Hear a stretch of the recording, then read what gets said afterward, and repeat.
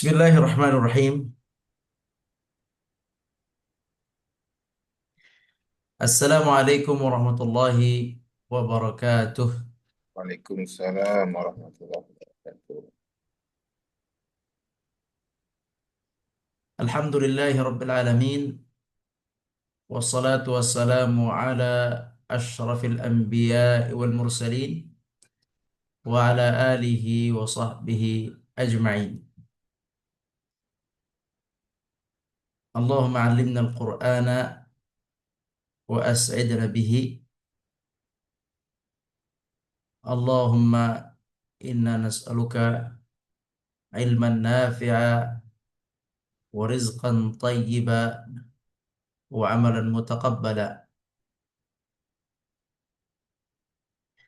Allahumma faqihna fid dini wa 'allimna at-ta'wil. Allahumma amin ya rabbal alamin. Kaum muslimin yang dirahmati Allah, kita bersyukur kepada Allah. Alhamdulillah, pada hari ini kita bisa berkumpul kembali dalam rangka membaca kitab kita, yaitu 90 hadis pilihan. Semoga Allah Subhanahu wa taala menjadikan kita hambanya yang bahagia dengan mempelajari hadis. Karena Nabi Shallallahu Alaihi Wasallam berdoa bagi orang yang mempelajari hadis, kemudian memahaminya, kemudian menyampaikannya. Nabi mendoakan mereka agar mereka wajahnya ceria di dunia dan di akhirat, yakni bahagia. Seperti sabda Nabi yang berbunyi, "Naddarallahu mura'an sami'a maqalati fawa'aha fahaddathaha." Semoga wajah umatku berseri-seri, yaitu yang mendengar kalimatku, kemudian memahaminya dan menyampaikannya. Jadi belajar hadis mendapat doa kebahagiaan dari Nabi. Apalagi belajar Al-Quran, Masya Allah, Alhamdulillahirrahmanirrahim. Kemudian setelah itu kita sampaikan salawat dan salam kepada Nabi kita, Nabi besar Muhammad Sallallahu Alaihi Wasallam, dan keluarga beliau dan seluruh sahabat yang mengikuti jalan langkah beliau Sallallahu Alaihi Wasallam. Selanjutnya kita berdoa kepada Allah, semoga Allah Subhanahu wa taala mengajarkan kita Al-Qur'an dan membahagiakan kita dengan Al-Qur'an. Semoga Allah mengajarkan kita Al-Hadis dan membahagiakan kita dengan Al-Hadis. Juga semoga Allah Subhanahu wa taala memberikan kita ilmu yang bermanfaat, memberikan kita rizki yang halal, dan memberikan pada kita amalan yang diterima oleh Allah Subhanahu wa taala. Allahumma amin ya rabbal alamin. Bapak Ibu sekalian yang dirahmati Allah, para pengurus Yayasan Al-Ikhwan yang dirahmati Allah, para pengurus Masjid Al-Ikhwan yang dirahmati Allah, dan pengurus Malik yang dirahmati Allah Subhanahu wa taala, dan seluruh jamaah yang dirahmati Allah Subhanahu wa taala. Hari ini insya Allah kita akan mempelajari hadis ke-41, yaitu mengenai berpuasa dan berbuka puasa di dalam perjalanan. Nah, Bismillahirrahmanirrahim. Kita akan baca hadisnya. Bismillahirrahmanirrahim. An Anas ibni Malik radhiyallahu anhu qala kunna nusafiru ma'an nabiyyi sallallahu alaihi wasallam falam ya'ib as-sa'imu 'ala al-muftiri walal muftiru 'ala as-sa'imi. Sahihul Bukhari. Dari Anas radhiyallahu anhu, ia berkata, kami pernah melakukan perjalanan bersama Nabi Shallallahu Alaihi Wasallam. Kemudian saat itu orang yang berpuasa tidak mencela orang yang berbuka, dan orang yang berbuka juga tidak mencela orang yang berpuasa. Alhamdulillah Rabbil Alamin. Hadisnya sangat singkat dan sederhana, tetapi di sini terdapat beberapa hukum yang insya Allah akan kita pelajari bersama-sama. Bismillah. Kita baca kembali hadisnya. Jadi Anas bin Malik radhiyallahu anhu adalah sahabat yang paling sering bersama Nabi karena beliau itu adalah seorang anak kecil yang membantu keperluan Nabi. Seorang anak kecil yang membantu keperluan Nabi. Terkadang Anas ini mengambilkan airnya Nabi, terkadang menyiapkan sendalnya Nabi, terkadang juga Anas ini membelikan beberapa keperluan Nabi Shallallahu Alaihi Wasallam.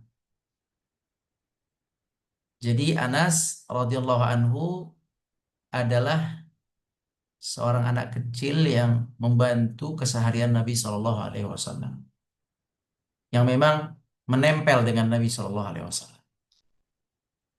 Nah, Anas ini adalah contoh hasil dari pendidikan langsung namanya, bukan pendidikan sekolah ya, bukan pendidikan akademik formal, tapi pendidikan langsung yang melekat dengan guru, menempel dengan guru.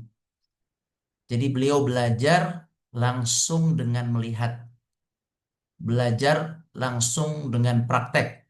Itulah Anas bin Malik radhiyallahu anhu. Dengan Anas selalu membantu Nabi, dengan Anas selalu membersamai Nabi Sallallahu Alaihi Wasallam. Anas ini tumbuh kembang dengan tumbuh kembang yang sangat matang, tumbuh kembang dengan sangat baik, sehingga beliau menjadi ahli hadis, juga menjadi seorang yang berilmu hanya karena mendampingi orang yang berilmu, hanya karena mendampingi Nabi Shallallahu Alaihi Wasallam. Jadi belajar dari Anas adalah eh, perlunya seorang anak kecil ikut membersamai ayahnya atau orang tua. Ya, belajar dari Anas, ikut perlunya seorang anak kecil membersamai gurunya atau orang tuanya untuk meniru yang baik-baik. Tentunya orang tua yang baik ya. Jadi dia membersamai orang tuanya atau gurunya sehingga anak kecil itu akan melihat perilaku yang baik dari gurunya, terus menempelnya sehingga dia mengambil pelajaran dari setiap gerak-gerik gurunya tersebut dan dari setiap ucapan gurunya tersebut. Ini Anas bin Malik radhiyallahu anhu. Salah satunya adalah yang diceritakan oleh Anas di hadis ini. Ini contoh Anas mengambil pelajaran dari kejadian. Apa yang terjadi? Suatu ketika kami pernah melakukan safar bersama Nabi Shallallahu Alaihi Wasallam. Safar, perjalanan, yaitu perjalanan yang kilometernya itu adalah 85 kilometer. Ya, maka dia sudah dianggap musafir. Dari tempat dia pergi ke lokasi, maka jika sampai batas minimum minimum dari batas musafir, maka orang tersebut boleh atau mendapatkan beberapa keringanan, ya, yaitu kurang lebih 80 kilometer ya, kurang lebih 80 kilometer. Jadi barang siapa yang safar 85 kilometer, maka dia sudah dianggap sebagai seorang musafir. Ya, seorang musafir. Baik, tapi 80 tersebut, ya 80 ada yang mengatakan 83, ada yang mengatakan 85 kilometer. kita anggap 80. 80 kilometer tersebut itu eh, dia tempuh satu jalan. Bukan 40 berangkat, 40 pulang, bukan. 80 satu jalan. Barang siapa yang menempuh jarak 81 jalan, maka dia mendapatkan keringanan dalam agama ini. Mendapatkan apa? Keringanan. Atau dalam bahasa fikihnya, rukhsah. Dapat keringanan atau rukhsah. Seorang musafir dapat keringanan. Nah, apabila seorang musafir itu eh, mengambil keringanan, itu juga sunnah, gitu.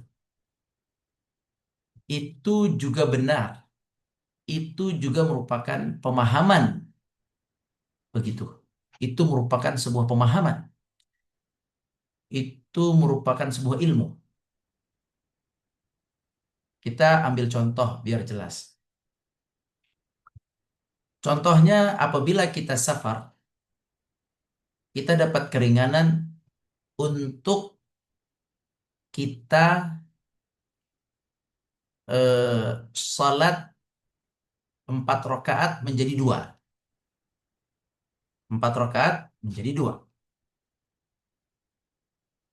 Misalnya kita sholat zuhur. Kita musafir sholat zuhur. Kita sholat 2 rakaat misalnya. Maka kita yang sholat 2 rakaat ini artinya kita ngerti, kita berilmu. Kita mengambil keringanan itu. Jadi bukan berarti kita semaunya, bukan. Tetapi ada keringanan dan kita faham keringanan itu dari Allah. Dan kita faham bahwa Allah suka jika diambil keringanannya. Allah sangat suka jika diambil keringanannya. Karena Allah berfirman, yuridullahu bikumul yusra wa la yuridu bikumul usra. Yuridullahu bikumul yuridullahu bikumul yusra wa la yuridu bikumul usra. Allah ingin bagi kalian adalah kemudahan dan Allah tidak ingin pada kalian adalah kesulitan. Maka barang siapa yang mengambil keringanan dari Allah, keringanan diambil ketika berhak, jangan asal ambil. Ketika berhak, musafir diambil keringanan itu, maka dia telah melakukan kebaikan. Bukan salah, bukan meremehkan. Benar, dia berilmu, dia ambil keringanan itu. Contoh, keringanan yang lain adalah bagi orang yang musafir, misalnya, dia mengakhirkan sholat. Ada sholat zuhur dan asar. Sholat zuhur dan asar, dia gabungkan dan diakhirkan menjadi sholat asar yang nanti zuhurnya ditarik ke asar. Ini juga adalah keringanan bagi seorang yang musafir jika dia membutuhkan untuk mengakhirkan. Sholat zuhur ditarik kepada sholat asar, kemudian mereka menjamaknya. Seperti itu. Itu bukan memudah-mudahkan, tetapi adalah mengambil keringanan. Dan Allah suka kita mengambil keringanan supaya apa? Supaya kita itu merasakan agama ini mudah. Nah, orang yang tidak pernah mengambil keringanan, dia akan merasakan agama ini berat.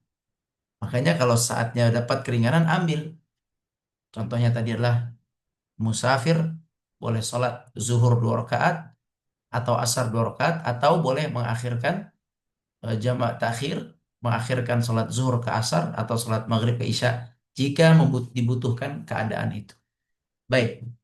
Kemudian, bagi seorang yang eh, musafir juga punya keringanan, misalnya dia ingin sholat sunnah di atas kendaraan. Sholat apa? Sunnah.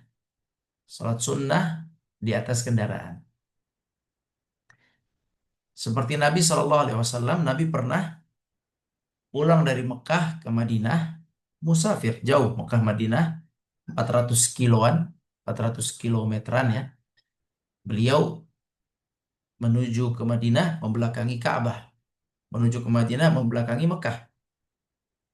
Nah, saat itu beliau di jalan dan beliau sholat witir di atas onta beliau. Sholat sunnah, qiyamul lail sampai witir, dua-duanya. Qiyamul lail sampai witir di atas kendaraan beliau sambil jalan menghadap ke arah Madinah membelakangi kiblat. Ini keringanan, bersolat di atas kendaraan, sholat malam di atas kendaraan. Padahal bisa saja Nabi berhenti sejenak, berhenti, kemudian Nabi turun dari unta, kemudian Nabi menghadap kiblat Mekah, kemudian sholat. Bisa saja. Tetapi tentu bagi seorang musafir, kalau dia turun dan dia sholat, dan kita tahu sholatnya Nabi itu panjang. Sholat Nabi itu tidak seperti sholat kita 5 menit, 7 menit, 10 menit. Sholatnya Nabi mungkin 2 rakaat bisa setengah jam, bisa 40 menit, 45 menit, hanya 2 rakaat. Ya, atau 1 jam, wallahu alam, tidak diketahui berapa, tapi kalau Nabi sholat itu bacanya panjang. Ya, pernah ada sahabat mengatakan Nabi pernah sholat bersama saya, sholat Qiyamul Lail, itu yang dibaca Al-Baqarah, ada Imran, An-Nisa, 3 surat. 1 rakaat, 1 rakaat. Artinya kalau Nabi sholat itu panjang, sehingga seandainya Nabi itu duduk, atau Nabi itu turun dari onta, terus menghadap ke Ka'bah, ontanya istirahat, nabinya sholat, itu akan lama karena Nabi perlu panjang dalam sholat. Nah, untuk menghemat waktu safar, Nabi tetap sholat di atas kendaraannya sambil kendaraan itu atau onta itu menuju kota Madinah membelakangi Ka'bah. Dan Nabi sholat terus di atas kendaraan. Disebut di hadis itu cara sholat Nabi adalah yumi'u ima'an, yaitu Nabi mengisyaratkan dengan kepalanya seperti ini. Jadi beliau itu sholat, kalau beliau berdiri diisyaratkan dengan wajah yang tegak, ketika ruku diisyaratkan dengan wajah yang sedikit nunduk, ketika sujud beliau isyaratkan dengan wajah yang lebih dalam lagi tunduknya. Jadi beliau sambil nyubir onta, sambil mengendarai onta, beliau membaca ayat, bertakbir, Allahu Akbar, terus ontanya berjalan. Beliau baca doa, Bismillahirrahmanirrahim, baca ayat, kemudian baca Al-Fatihah, kemudian baca ayat, terus ayat beliau baca terus sambil melihat ke ke depan atau melihat ke arah jalan ya, depan lah pokoknya. Terus kan kalau nyupir onta tidak ada masalah. Terus kalau ruku beliau tundukkan, kalau kemudian sujud beliau tundukkan kembali, kalau duduk di antara dua sujud beliau tegakkan kembali. Terus seperti orang sholat duduk, tetapi gerakannya bukan menggunakan punggung, tapi menggunakan kepala. Nah, itu namanya keringanan. Ya, sholat di atas kendaraan itu keringanan. Sholat di atas kendaraan itu keringanan. Nah, kalau kita musafir tadi, daripada kita turun dulu sholat qiyamul lail dulu di satu masjid, itu panjang. Ya, maka sambil safar silakan aja sholat di kendaraan. Atau duha juga sebenarnya bisa kalau mau di kendaraan sambil sholat duha. Kalau kita mampir ke masjid dulu mungkin lama, kita bisa langsung sholat duha di masjid. Sebenarnya begitu kaidahnya. Nah, ini namanya keringanan. Keringanan. Nah, kalau di hadis yang di hadapan kita ini bentuk keringanannya adalah masalah puasa, ya. Jadi di sini kata Anas, kami dalam perjalanan. Perjalanan ini safar bersama Nabi Shallallahu Alaihi Wasallam. Nah, saat itu bulan Ramadan, bulan Ramadan.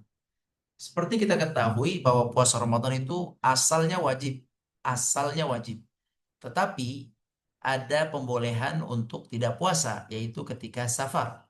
Allah berfirman, ayyaman ma'dudat, faman kana minkum maridan aw ala safar, fa'iddatum min ayyamin ukhar. Barang siapa yang sakit dan safar, maka boleh berbuka puasa dan menggantinya di hari-hari yang lain. Baik, berarti artinya apa? Artinya orang yang safar itu mendapatkan keringanan untuk tidak berpuasa. Nah, sahabat di sini, kita lihat di sini, orang yang puasa, dia safar, tapi dia kuat badannya, ya, dia mengerti hukum safar, bukan nggak ngerti. Sahabat ini ngerti bahwa safar itu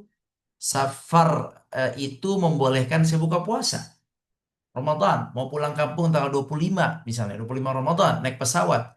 Yang satu mengatakan saya kuat, saya bisa, dan saya mau puasa. Maka dia berpuasa dan tidak mencela saudaranya yang berbuka puasa. Jadi yang puasa benar karena dia mengambil eh, amalan berdasarkan al-azimah, yakni niat yang kuat, fisik yang kuat. Jadi dia puasa, itu baik. Juga orang yang tidak puasa, ya, orang yang tidak puasa juga baik. Orang yang tidak puasa bukan semena-mena malas, bukan. Dia tidak puasa karena mengambil keringanan yang Allah berikan. Ya, oh, saya musafir, maka saya boleh buka puasa. Walaupun saya di atas pesawat, walaupun cuma 2 jam, 3 jam, tapi saya mau ambil keringanan berbuka puasa. Maka itu boleh. Itu menunjukkan orang tersebut berilmu, menunjukkan orang tersebut mengerti. Justru jangan sampai dicela. Ya, jangan sampai yang berpuasa merasa lebih benar, lebih baik daripada yang tidak berpuasa. Tidak, di hadis ini orang yang tidak puasa di sini mereka adalah sahabat Nabi, mereka itu tidak puasa dengan pemahaman mereka, dengan pemahaman yang benar bahwa mereka meninggalkan puasa Ramadan saat safar saat itu karena ada ayat membolehkan untuk berbuka puasa dan tidak ada masalah di situ. Makanya kelihatan di hadis ini bahwa orang yang berpuasa dari sahabat tidak mencela yang sebagian berbuka puasa. Begitu juga orang-orang yang berbuka puasa tidak mencela yang berpuasa. Karena bisa saja gini, bisa saja bagi orang yang berpuasa mengatakan, kamu harusnya puasa. Kan kita cuma safar kita dari Jakarta ke ke mana? Ke Solo, naik bis. Itu kan simple. Kenapa kamu buka puasa? Kata yang puasa suka kayak gitu. Tahan dong. Kuatkan dong. Kok cuma sebentar tinggal tidur di mobil, di bis misalnya. Satu lagi, dari sini, dari Jakarta ke Pontianak misalnya. Naik pesawat. Sama, yang berpuasa bilang kepada yang nggak puasa, kamu kenapa nggak puasa? Kan kita naik pesawat. Di ruang tunggu nyaman ber-AC. Di pesawat nyaman ber-AC. Sampai ke bandara nyaman ber-AC. Kemudian kita dijemput taksi nyaman ber-AC. Kan kita kuat untuk puasa. Kenapa kamu nggak puasa? Nah, kebanyakan kita itu seperti itu. Orang yang berpuasa mencela yang tidak puasa. Kebanyakan begitu. Ya, atau bisa juga begini. Bisa juga orang yang tidak puasa, bisa juga orang yang tidak puasa mencela yang puasa bisa juga. Misalnya gini, orang yang puasa mengatakan kepada yang berpuasa, "Hei, kamu, kamu tuh gak ngerti ya, bahwasanya kalau kita safar, kita boleh kita boleh membatalkan puasa, kita boleh berbuka. Kalau kita safar, kita boleh berbuka. Kamu kenapa memberatkan diri sendiri tidak berbuka puasa? Kamu kenapa seperti itu? Gitu. Jadi masing-masing merasa benar. Yang berpuasa merasa beramal soleh, yang tidak puasa merasa saya faham ilmunya, saya mengambil keringanan dari Allah. Ya sama-sama baik di sini. Tidak ada yang mencela sedikit pun. Nabi juga SAW membolehkan dua-duanya. Yang yang berpuasa tidak apa-apa, yang tidak berpuasa juga tidak apa-apa, sama-sama dibenarkan, sama-sama kuat alasannya. Yang satu adalah karena bulan Ramadan puasa wajib, yang satu adalah karena ada keringanan bagi musafir, jadi dia tidak berpuasa. Nah, ini kesimpulan dari kisah ini adalah tentang eh, tentang safarnya Nabi dan sahabat, bahwa Nabi apabila safar didampingi oleh sahabat. Kemudian pesan yang kedua adalah bahwa para sahabat itu tidak saling mencela, di dalam amal ibadah mereka, masing-masing menghargai yang lainnya dalam tata cara ibadah mereka, selama pendalilannya itu benar ada dari Nabi Shallallahu Alaihi Wasallam. Ya, mereka tidak saling mencela, saling menghormati, selama dalilnya sama-sama dari Nabi Shallallahu Alaihi Wasallam. Yang ketiga, pelajarannya ini menunjukkan kecerdasan para sahabat. Cerdas, yang berpuasa cerdas, tahu hukum, yang berbuka puasa juga cerdas. Mereka tahu hukum. Ini menjelaskan bahwa mereka ini orang-orang yang berilmu beneran. Karena kalau orang yang benar-benar berilmu, dia akan mengerti hukum dan dia akan lebih bijaksana dalam menghukumi orang lain. Nah, demikianlah kaum muslimin penjelasan hadis ini. Eh, Seperti itu singkatnya. Mudah-mudahan bermanfaat ya. Sekali lagi, secara umum hadis ini menjelaskan tentang eh, bahwa Nabi kalau safar biasanya mengajak sahabat dan di dalam safar itu jadi banyak ilmu. Orang safar itu jadi dapat banyak ilmu. Dalam safar melihat bagaimana Nabi safar, bagaimana ibadahnya Nabi, bagaimana Nabi di atas kendaraan sholat, bagaimana. Pokoknya kalau safar banyak dapat ilmu. Kalau safarnya dengan orang yang berilmu, dengan orang yang saleh. Tapi kalau safarnya dengan orang yang tidak berilmu, nggak dapat apa-apa. Ya, jadi Nabi SAW sama sahabat terkadang safar ditemani sahabat dan dalam safar itu ada ilmu yang tidak didapati oleh orang yang tidak safar bersama Nabi SAW. Itu pelajaran pertama. Yang kedua, bahwa sahabat itu berilmu. Semuanya berilmu, sehingga dalam beribadah walaupun sedikit berbeda, masing-masing punya dalil yang kuat dari Nabi, mereka tidak saling mencela. Yang ketiga, ini menjelaskan kecerdasan sahabat dalam mengambil hukum, karena mereka cerdas, yang satu mengambil hukum seperti ini, yang satu mengambil hukum seperti ini, dengan ilmu semuanya, tidak dengan asal-asalan. Nah, Allahu a'lam, anak kira jelas sekali hadisnya. Mudah-mudahan bermanfaat dan kita lebih mengerti setelah ini ya, bahwa boleh berbuka puasa apabila kita musafir. Nah, demikian wallahu a'lam. Baik, alhamdulillah. Jazakallah khairan Ustaz penjelasan hadis malam ini terkait puasa pada saat safar. Baik, sudah ada yang masuk di kolom pertanyaan Ustaz. Saya bacakan terlebih dahulu dari Ibu Siti Sadia. Bismillah, Afwan Ustaz izin bertanya, apakah seseorang yang bertugas dalam maskapai penerbangan saat sedang bertugas dinas beberapa hari di pesawat, misalnya penerbangan domestik atau internasional, ketika Ramadan sebaiknya tetap menjalankan puasa ataukah diperbolehkan untuk membatalkan puasanya? Lalu bagaimana ketika mereka tetap puasa saatnya azan maghrib, apakah mengikuti waktu Indonesia atau waktu tempat yang dituju? Dulu suami selagi bertugas tetap puasa baik penerbangan domestik atau internasional. Mohon penjelasannya, syukron. Afwan tadi Ana tidak mendengar penjelasan dari awal. Ya, hadis ini udah jelas sekali. Apabila ada pilot yang berpuasa, maka tidak apa-apa. Apabila ada pilot yang tidak berpuasa, juga tidak apa-apa. Ini jelas di depan kita hadisnya. Semuanya benar. Yang berpuasa, dia mengambil keutamaan berpuasa di Ramadan. Yang tidak puasa, dia mengambil keringanan dari Allah Subhanahu wa Ta'ala. Semuanya benar, tidak ada masalah di dalam hal tersebut. Kemudian adapun waktu berbuka dan waktu sahur itu jelas mengikut di mana kita berada. Jadi kalau kita berada di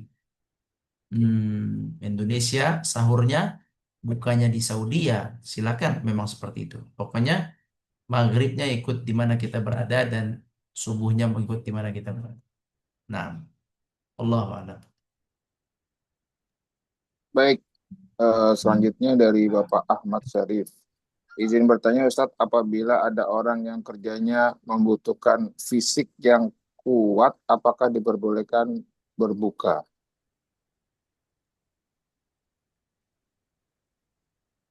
Eh, Apa pertanyaannya? Punya fisik yang kuat, apakah boleh berbuka? Setahu ana di dalam kisah ini bukan sekedar bermasalah lemah di sini. Bukan masalah lemah saja, tapi di sini adalah yang berbuka itu mengambil keringanan. Ya, kalau niatnya saya mau ngambil keringanan dari Allah, ad-dinu yusr, saya mau ambil keringanan, maka boleh. Jadi patokannya di sini bukan sekedar kuat dan lemas, tapi patokannya adalah rukhsahnya, keringanannya. Gitu ya. Tadi misalnya dia kuat, dia bisa puasa sehat, naik pesawat, tapi dia nggak puasa. Kalau dia meremehkan, beda lagi. Biasanya kalau dia nggak puasa, karena alasan ini ada keringanan dari Allah, itu nggak apa-apa sama sekali. Ya, patokannya adalah ilmuhum birrukhsah. Dia faham tentang keringanan diambil, tapi gitu. Jadi itu menunjukkan justru kefahaman terhadap keringanan, bukan meremehkan juga bukan yang lainnya. Dia kuat tapi dia nggak puasa. Apa alasan kamu? Keringanan. Sama dengan musafir. Saya safar, sholat sama dengan sholat. Kenapa kamu sholat 2 rakaat? Kenapa nggak ke masjid? Kenapa di rumah? Anak musafir, saya musafir. Saya bisa sholat di masjid sama sama jamaah, tapi saya musafir. Saya ngambil keringanan, saya sholat di kamar, saya sholat di rumah, saya sholat nanti di rest area. Saya sholat nggak apa-apa, itu namanya rukhsah. Itu keringanan yang diberikan khusus bagi musafir. Walaupun dia bisa sanggup ke masjid, tapi dia ambil keringanan, saya sholat di rumah, saya mau jamak, saya mau 2 rakaat, mau taksi, mau qashar, itu sama sekali tidak ada masalah jika dia mengerti bahwa itu adalah keringanan dari Allah Subhanahu Wa Taala dan kebiasaan dia, ingat ya, kebiasaan dia kalau dia tidak musafir, dia ke masjid. Kalau dia tidak musafir, dia pasti puasa. Cuman kok dia nggak puasa sekarang? Kok dia sekarang nggak ke masjid? Karena dia sedang mengambil rukhsah, jangan salah paham. Dia sedang mengambil keringanan. Orang suka salah paham soalnya, ya. Jadi alasannya bukan main memudahkan, bukan males, bukan memanfaatkan, bukan rukhsah. Kelihatan dari kebiasaannya ketika mukim.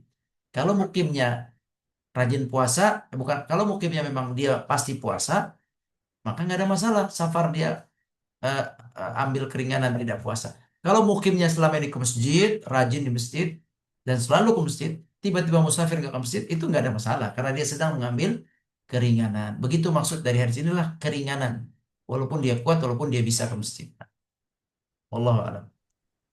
Oh ini Ustaz dari Pak Ahmad Syarif tadi menambahkan maksudnya profesinya, yang profesinya ketika yang membutuhkan fisik yang kuat seperti kuli bangunan, apakah boleh berbuka?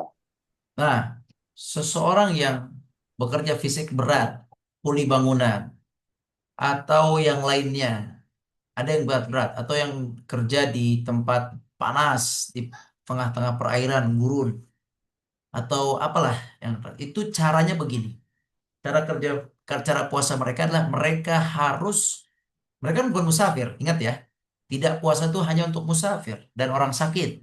Faman kana minkum maridan aw ala safar. Sakit atau musafir. Sekarang dia nggak sakit, dia juga nggak musafir. Dia bekerja sebagai seorang pekerja berat.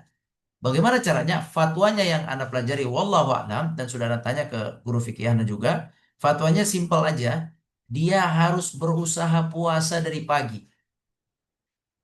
Jadi dia pagi sahur, dia puasa terus, dia akan usaha terus. Ternyata zuhur dia lemes, ya, zuhur dia tidak mampu, silakan buka puasa. Begitu caranya.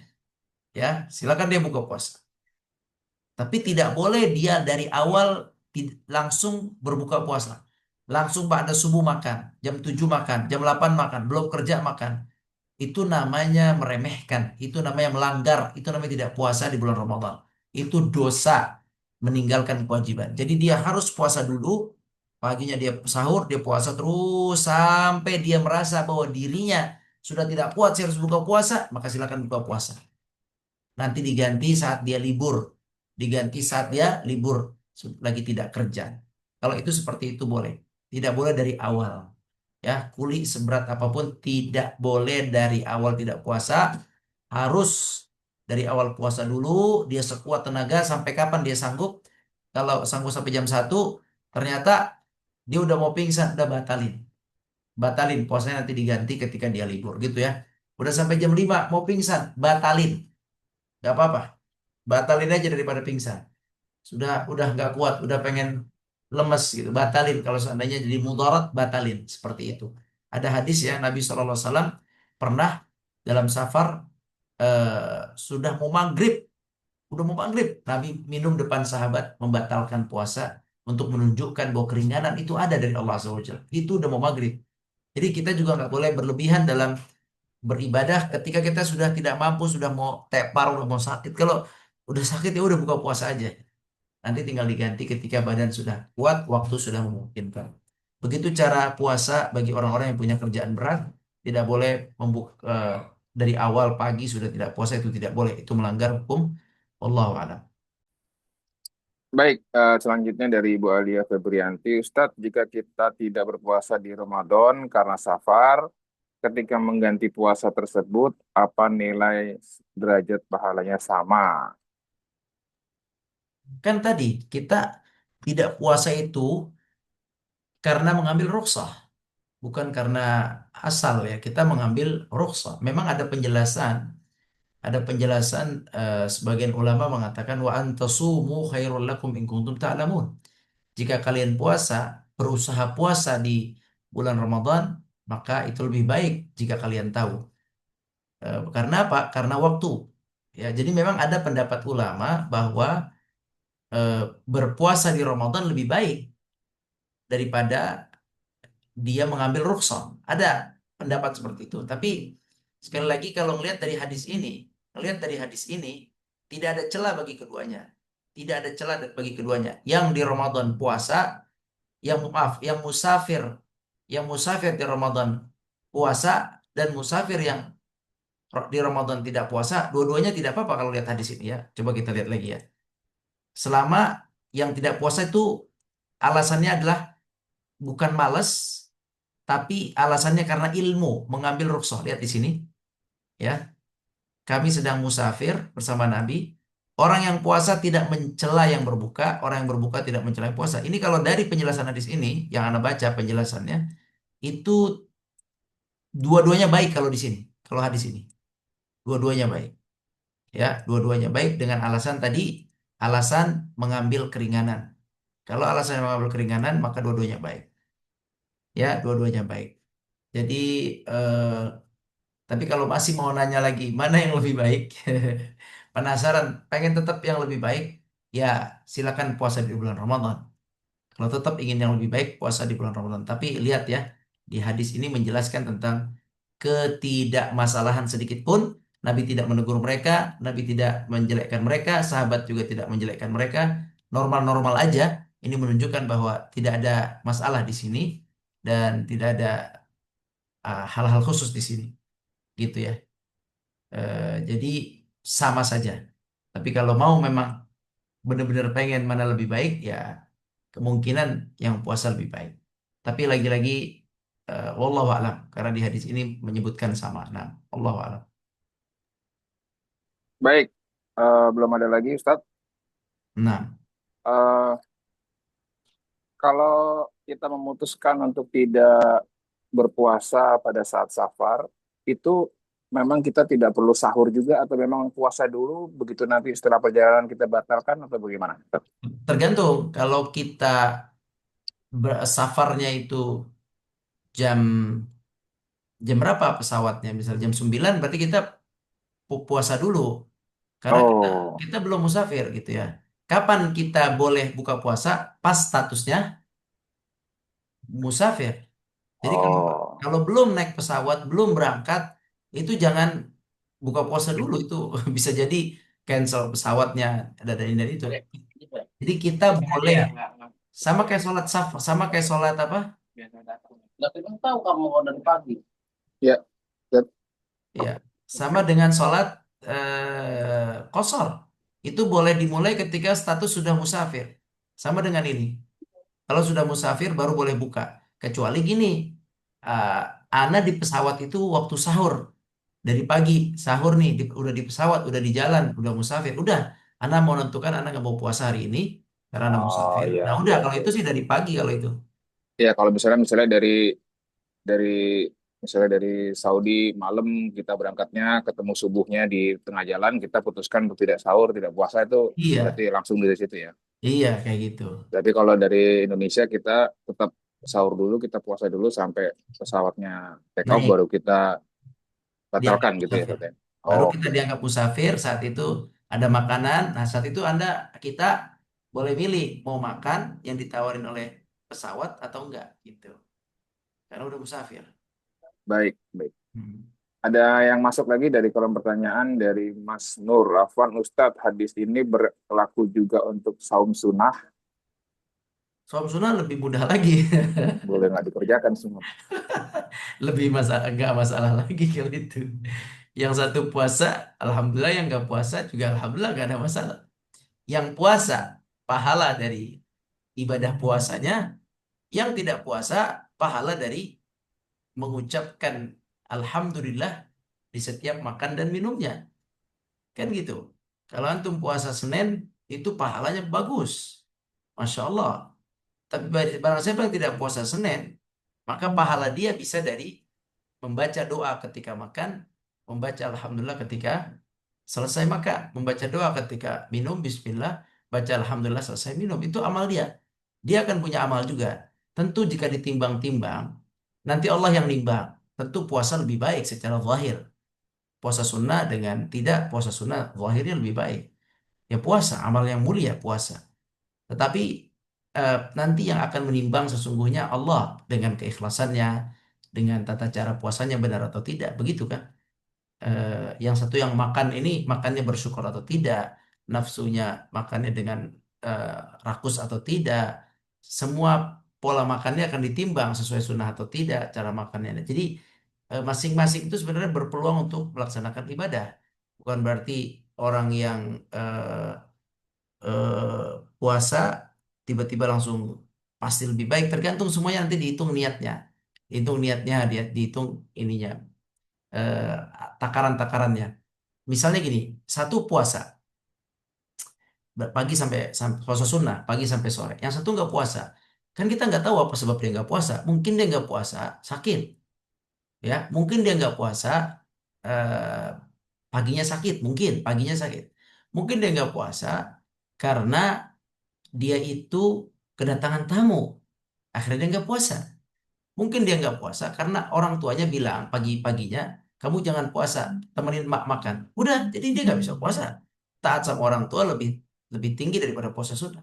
Atau mungkin dia nggak puasa karena dia niat ingin menemani istri dan anaknya puasa. Tadinya puasa, tiba-tiba jam 8 jam 9 istri dan anaknya minta ditemenin makan, atau suaminya minta ditemenin makan. Tadinya istrinya puasa, suaminya minta temenin makan, batalin. Akhirnya dia batalin. Jadi kita nggak tahu alasan orang itu nggak puasa tuh, kita nggak tahu. Bisa jadi dia nggak puasa nanti siang ada undangan. Bisa jadi dia nggak puasa karena dia ada kerjaan yang perlu tenaga, sehingga dia nggak puasa dulu lah, saya ada kerjaan yang perlu tenaga. Jadi eh, semua itu nanti Allah yang menilai, gitu ya, Allah yang menilai. Makanya kalau bisa kita tuh ada ilmunya. Kenapa saya puasa? Kenapa saya nggak puasa? Ada ilmunya. Jangan asal-asalan aja.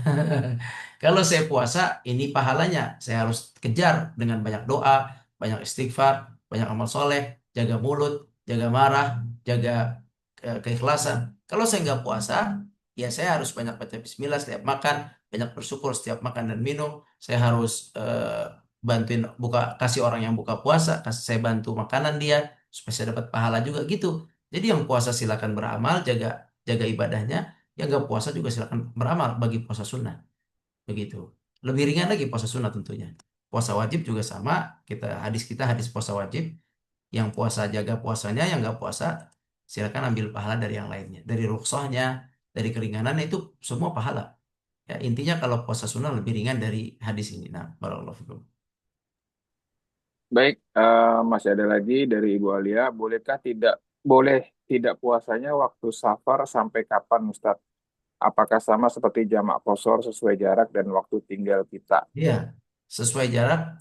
Pokoknya kalau jaraknya ditempuhnya 80 kilo, udah kita dianggap musafir. Saat itu kita boleh tidak puasa. Sampai kapan? Sampai 3 hari ke depan.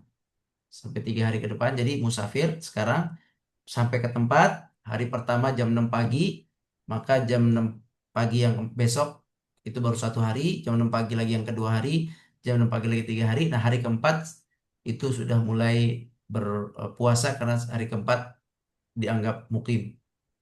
Hari keempat dianggap mukim. Ada juga pendapat dari Imam Ahmad Oh yang bahwa tidak. hari kelima dianggap mukim. 4 hari musafir, 3 hari, 4 hari musafir, hari kelima mukim. Ada juga gitu. Tapi kalau Imam Syafi'i, ambil Imam Syafi'i itu 3 hari mukim. Maaf, 3 hari musafir. Hari ke-1, kedua, ketiga masih safar, hari keempat mukim. Ya, begitu mudah ya. Jadi maksimalnya 3 hari kalau dalam madhab Syafi'i.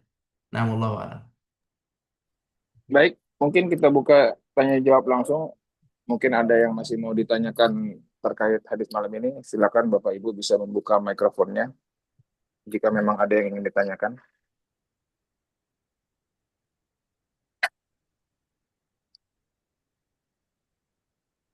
Silakan Ibu. Bismillahirrahmanirrahim. Assalamualaikum warahmatullahi wabarakatuh. Assalamualaikum warahmatullahi wabarakatuh. Afan Ustadz, ada izin untuk bertanya kembali. Ustadz, bagaimana jika seorang taruna akademi militer di saat Ramadan membatalkan puasa, lalu bolehkah digantikan dengan fidyah? Karena selama pendidikan 4 tahun itu kesehariannya itu cukup berat dengan fisik dan jarang sekali ada libur Sabtu atau Ahad. Begitupun tanggal merah. Mohon penjelasannya, syukran. Seperti pekerja tadi, dia harus berikhtiar dulu, tidak bisa langsung. Orang yang sehat, jadi gini, tidak boleh pekerjaan tidak menjadi rukhsah di dalam syariat kita. Pekerjaan itu tidak jadi rukhsah, tidak jadi keringanan. Oh, saya kerjanya tukang bangunan, saya kerjanya Gojek, saya kerjanya Akabri, berarti saya nggak puasa. Tinggalin kerjanya kalau perlu. Oh, saya kerjanya di rumah sakit A, nggak pakai kerudung. Tinggalin kerjanya. Jangan di di apa? Jangan dikorbankan. Oke, saya Ramadan saya nggak kerja bangunan, saya kerja dagang misalnya. Saya Ramadan saya nggak kerja yang membuat saya nggak bisa puasa. Kerjaannya tinggalin. Ini cuman 1 bulan ya. Kerjaannya diganti gitu. Jangan sampai vidya mau sampai kapan vidya misalnya, misalnya setahun 2 tahun. Ya, itu wallahu alam, saya belum tahu kalau itu boleh vidya karena kerjaan itu bukan alasan syar'i. Alasan syar'i itu adalah musafir dan sakit. Musafir dan sakit. Alasan yang ketiga adalah orang yang sudah tua. Yang sudah tua, yang kalau puasa gemeteran, menggigil, itu silahkan berbuka puasa. Tapi kalau badan masih sehat, karena kerjaan, sejauh yang Anda pelajari, Allah alam, kerjaan itu bukan alasan syar'i untuk meninggalkan ibadah. Nanti yang sholat juga sama. Dia nggak bisa sholat, karena waktunya harus mepet terus, ada kegiatan lagi, training lagi, pelatihan lagi. Tinggalin kerjaannya, kalau seperti itu. Nah, Allah alam. Nah, Ustadz. Jadi mungkin sebaiknya di follow aja Ustadz ya, mungkin untuk para taruna seperti itu. Ya tadi dulu diusahakan dulu dia itu bisa nggak di itu di di mana di Ramadan ya, kan nggak ada, dia nggak dapat keringanan, dia bukan musafir, dia bukan sakit, dia bukan orang tua. Diusahakan dulu, kalau nggak bisa baru dikodok. Nggak boleh dari awal sudah niat kodok, apalagi niat fidyah. Diusahakan dulu di hari itu. Nah, Nah, Ustadz. Syukuran Ustadz atas penjelasannya. Assalamualaikum Assalamualaikum warahmatullahi wabarakatuh. warahmatullahi wabarakatuh. Baik, ada lagi yang mau bertanya? Silakan Ibu Alia. Assalamualaikum warahmatullahi wabarakatuh, Ustaz.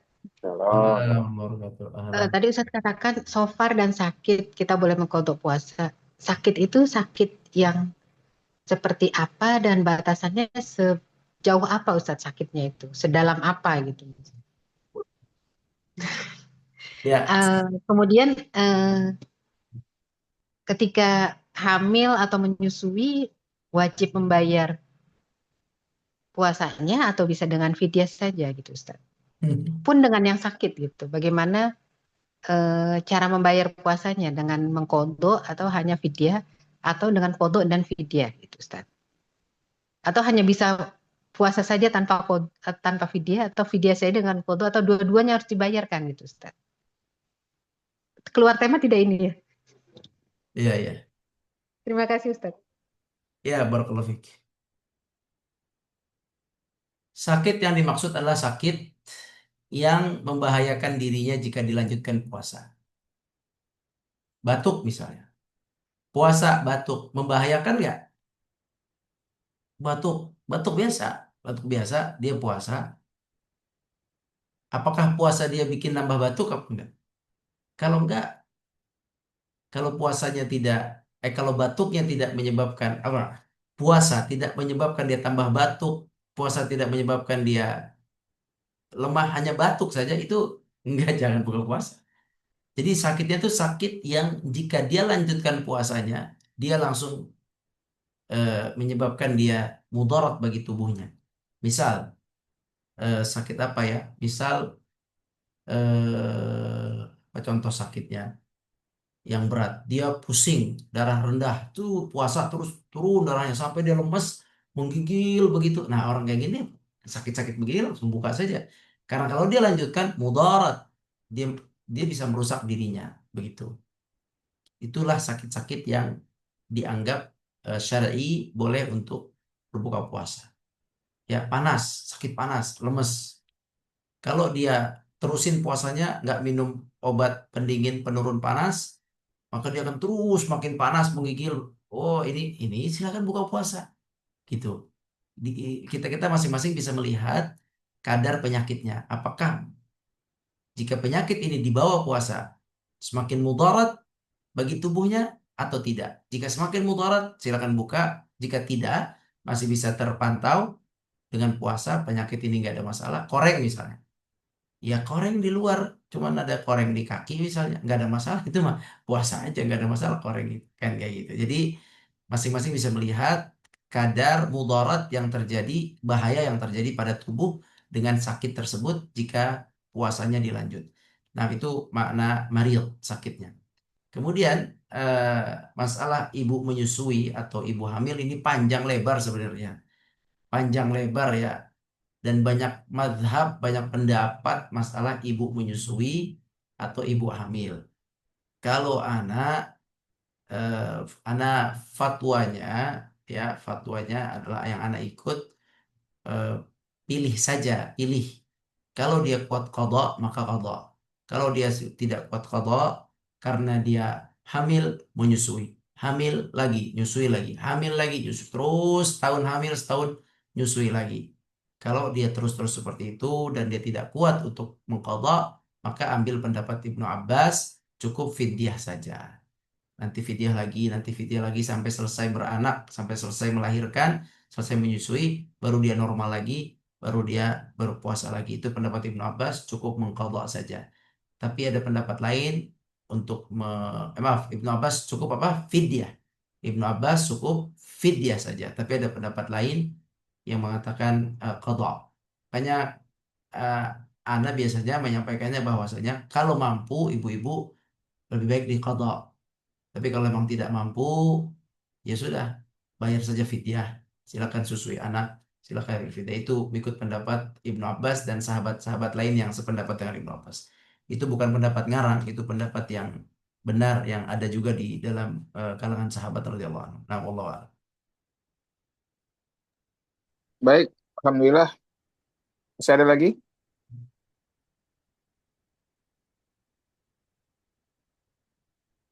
Alhamdulillah, mungkin cukup Ustaz ya, terkait hadis malam Nah, ini. nah, insyaallah, insyaallah. Baik, Jazakumullah. baik, Alhamdulillah. Jazakallah khairan Ustaz terkait penjelasan hadis malam ini. Mudah-mudahan kita bisa praktekkan pada saat nanti kita safar. Baik, Amin. Bapak Ibu dan teman-teman sekalian, mari kita akhiri kajian kita dengan sama-sama baca kafaratul majelis. Subhanakallahumma bihamdika, asyhadu an la ilaha illa anta astaghfiruka wa atubu ilaik. Mohon maaf atas segala kekurangannya. Insya Allah kita bertemu di Sabtu yang akan datang dengan hadis yang baru. Terima kasih. Assalamualaikum warahmatullahi wabarakatuh. Waalaikumsalam warahmatullahi wabarakatuh. Syukran. Alhamdulillah. Nafan, Waalaikumsalam nafan, warahmatullahi wabarakatuh. Syukran. Syukran. nafan, nafan. Assalamualaikum warahmatullahi wabarakatuh.